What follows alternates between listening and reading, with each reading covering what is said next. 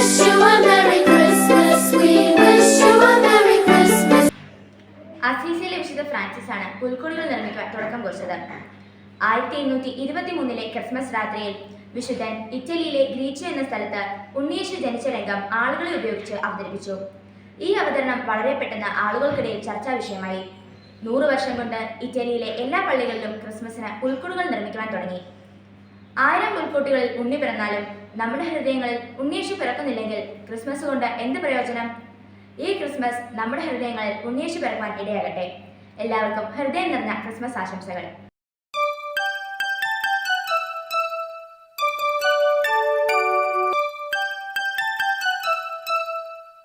കാലത്തെ BC എന്നും AD എന്നും രണ്ടായി വിഭജിച്ച ജന്മമാണ് ക്രിസ്തുവിൻ്റെത്. ക്രിസ്തുവിന് മുമ്പ് എന്നതാണ് BCയുടെ പൂർണ്ണരൂപം. ക്രിസ്തുവിന് ശേഷം എന്നർത്ഥം വരുന്ന വാക്കിൽ നിന്നാണ് AD ഉണ്ടായത്. ക്രിസ്തുവിന്റെ ജന്മത്തിന്റെ 2025 വർഷം ആഘോഷിക്കാൻ കാത്തിരിക്കുന്ന നമുക്ക് ഓരോരുത്തർക്കും അവന്റെ കൽപ്പനകൾ പാലിച്ച് ജീവിക്കാം. ഏവർക്കും ക്രിസ്മസ് ആശംസകൾ.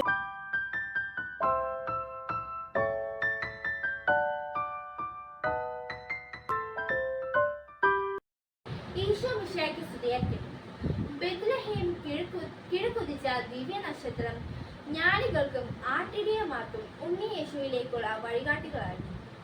ദേവാലയങ്ങളിലും വീടുകളിലും കടകളിലും എല്ലാം നക്ഷത്ര വിളക്കുകൾ തെളിഞ്ഞു കഴിഞ്ഞു. ബെത്ലഹേമിലെ അത്ഭുത നക്ഷത്രം പോലെ ക്രിസ്തുവിലേക്ക് വഴികാട്ടുന്ന നക്ഷത്രമായി മാറാൻ ഈ ക്രിസ്മസ് കാലത്ത് നമുക്ക് പരിശ്രമിക്കാം. Merry Christmas and happy new year.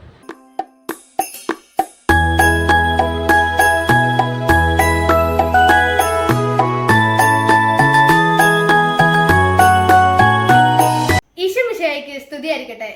ക്രിസ്മസുമായി ബന്ധപ്പെട്ട ഏറ്റവും പ്രശസ്തമായ പ്രതീകമാണ് സാന്താക്ലോസ്. സെന്റ് നിക്കോളാസ് എന്ന പേരിൽ നിന്നുമാണ് സാന്താക്ലോസ് എന്ന വാക്കുണ്ടായത്. ഏഷ്യ മൈനറിലെ ഡെമർ എന്ന ഗ്രാമത്തിലാണ് അദ്ദേഹത്തിന്റെ ജനനം. പിന്നീട് അദ്ദേഹം മിറായിലെ ബിഷപ്പായി സേവനമനുഷ്ഠിച്ചിരുന്നു. കാലാന്തരത്തിൽ കത്തോലിക്ക സഭ അദ്ദേഹത്തെ വിശുദ്ധനായി പ്രഖ്യാപിച്ചു. കുട്ടികളെ ഏറെ ഇഷ്ടമുണ്ടായിരുന്ന അദ്ദേഹം പാവപ്പെട്ട കുട്ടികൾക്കായി സമ്മാനങ്ങളുമായി പോകാറുണ്ടായിരുന്നു. ദരിദ്രരെയും ബലഹീനരെയും ചേർത്ത് പിടിക്കാനുള്ള ഒരു മനോഭാവം ഈ ക്രിസ്മസ് കാലത്ത് നമുക്ക് ഓരോരുത്തർക്കും ഉണ്ടാക്കിയെടുക്കുവാൻ പരിശ്രമിക്കാം. എല്ലാവർക്കും ഹൃദയം നിറഞ്ഞ ക്രിസ്മസ് ആശംസകൾ.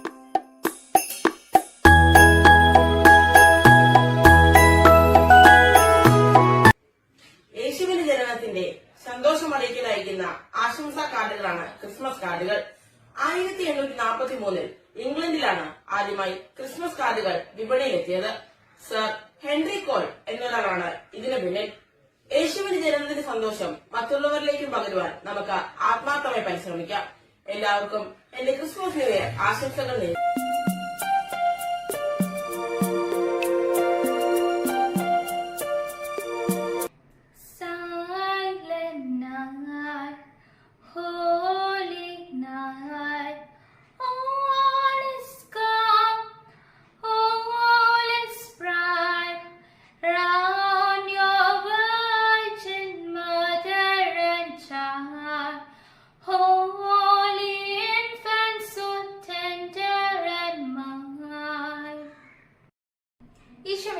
സ്തുതിയായിരിക്കട്ടെ.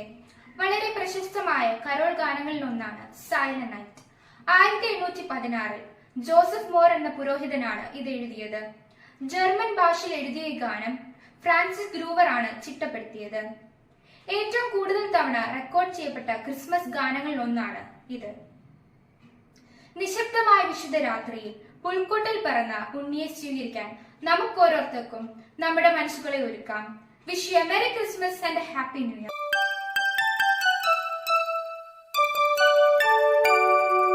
ഈശോമിശിഹായ്ക്ക് സ്തുതിയായിരിക്കട്ടെ. ക്രിസ്മസ് ആശംസകളോടെ വീടുകളിൽ എത്തുകയും പാട്ടുപാടുകയും നൃത്തം ചെയ്തും ആഹ്ലാദം പങ്കിടുന്ന കരോൾ സംഘം ക്രിസ്മസിന്റെ ഒരു പ്രധാന കാഴ്ചയാണ്. സ്തുതിയുടെയും സന്തോഷത്തിന്റെയും പാട്ട് എന്നാണ് ക്രിസ്മസ് കരോളിന്റെ അർത്ഥം. വിശുദ്ധ ഫ്രാൻസിസ് അസീസിയുടെ കാലത്താണ് ക്രിസ്മസ് കരോളിന് പ്രചാരം ലഭിച്ചത്. പുൽത്തൊട്ടിൽ പിറന്ന ഉണ്ണീശോയ്ക്ക് സ്തുതിഗീതങ്ങൾ സമർപ്പിക്കുവാൻ നമുക്ക് ഓരോരുത്തർക്കും പരിശ്രമിക്കാം. ഏവർക്കും ക്രിസ്മസ് ആശംസകൾ നേരുന്നു.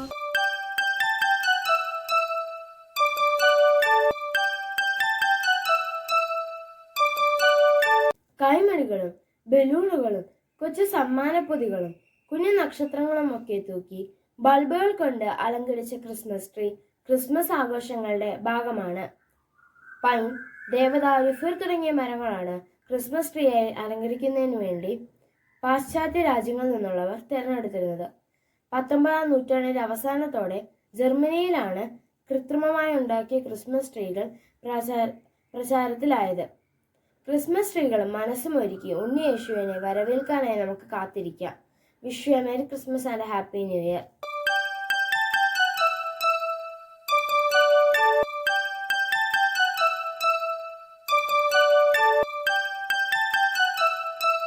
സ്ഥിരീകരിക്കട്ടെ.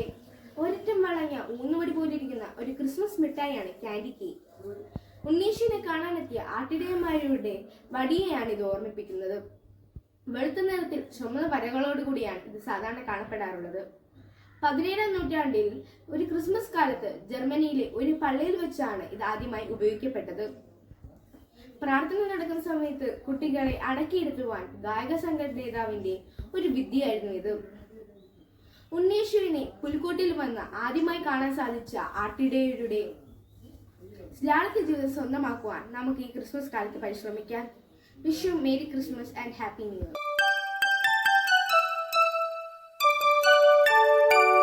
We wish you a Merry Christmas. We wish you a Merry Christmas. Isho മിശിഹായ്ക്ക് സ്തുതിയായിരിക്കട്ടെ. ക്രിസ്മസ് കേക്കുകളുടെ ചരിത്രം ആരംഭിക്കുന്നത് ഇംഗ്ലണ്ടിലാണ്. പണ്ടുകാലത്ത് സന്ധ്യയ്ക്ക് ഓട്സും ഉണങ്ങിയ പഴങ്ങളും ചേർത്ത് ഒരു ഭക്ഷണം ഉണ്ടാക്കിയിരുന്നു. പിന്നീട് ഓട്സിന് പകരം ധാന്യപ്പൊടിയും മുട്ടയും വെണ്ണയും ചേർത്ത് വേവിച്ച ഒരു ഭക്ഷണം ഉണ്ടാക്കാൻ തുടങ്ങി.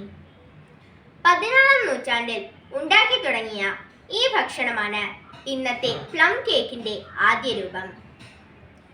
പ്ലം കേക്കുകളാണ് ക്രിസ്മസ് കേക്കുകളായി കൂടുതൽ ഉപയോഗിക്കുന്നത്.